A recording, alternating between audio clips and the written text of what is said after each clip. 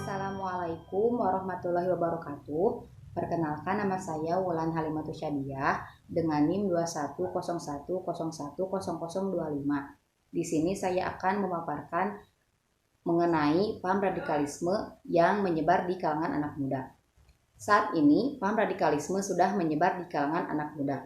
Para teroris melakukan penyebaran paham radikal kepada anak muda karena sebagian dari mereka belum dapat berpikir secara matang dan merupakan sasaran empuk untuk dicuci otaknya.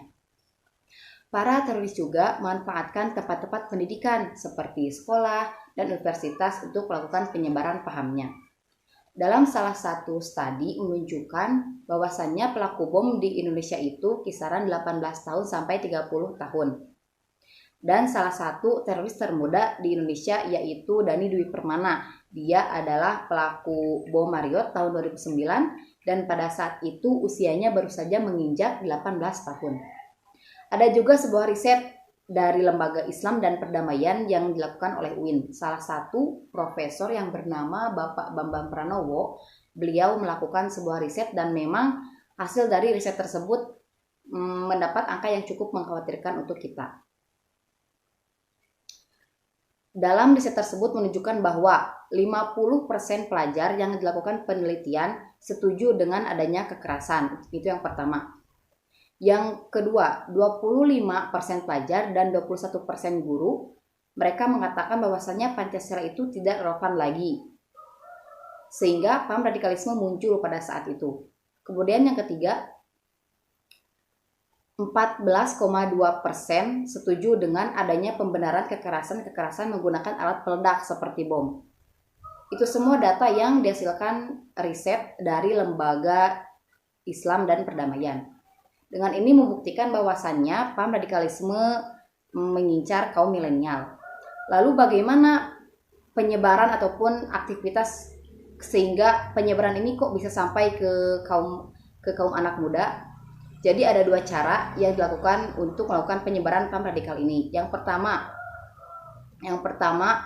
kontak verbal. Kontak verbal ini seperti pertemanan di dalam kampus, kemudian diajak kajian kecil ataupun kajian besar, kemudian diseleksi, kemudian diberi ajaran indoktrinasi. Setelah itu mereka melakukan penyebaran paham radikal kepada orang lain. Itu model yang pertama. Model yang kedua,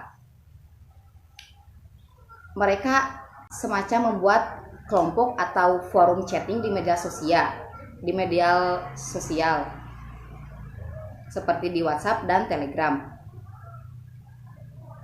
Dengan ini memudahkan mereka untuk menyebarkan paham ataupun ajaran-ajaran yang mereka yakini. Tidak hanya itu, mereka juga bisa mengundang orang baru untuk bergabung ke dalam forum tersebut. Lalu upaya apa yang bisa kita lakukan untuk mencegah agar paham radikalisme ini tidak menghampiri diri kita? Salah satunya yaitu generasi milenial harus aktif dalam kegiatan positif seperti organisasi kampus, bidang olahraga, dan lain-lain. Agar menjadi pribadi-pribadi yang berprestasi sehingga dapat mengantisipasi dan mencegah paham radikalisme ini masuk ke dalam diri kita. Yang kedua, perlu kontrol orang tua dan sosial. Masuknya paham radikalisme ini bisa karena kurangnya kontrol dari orang tua dan sosial. Kemudian yang ketiga, jangan acuh. Faktor lain yang mempengaruhi cepat terpaparnya paham radikalisme ini karena adanya rasa tak diterima di lingkungannya. Mereka yang sering menyendiri dan tampil beda pun lama-lama bisa terpapar oleh paham radikalisme. Jadi, oleh karena itu, budaya kekeluargaan harus ditanamkan. Anak-anak muda harus didekati dan bisa diajak berkomunikasi dengan hangat. Mungkin sekian yang bisa saya sampaikan. Mohon maaf bila ada kekurangan. Wassalamualaikum warahmatullahi wabarakatuh.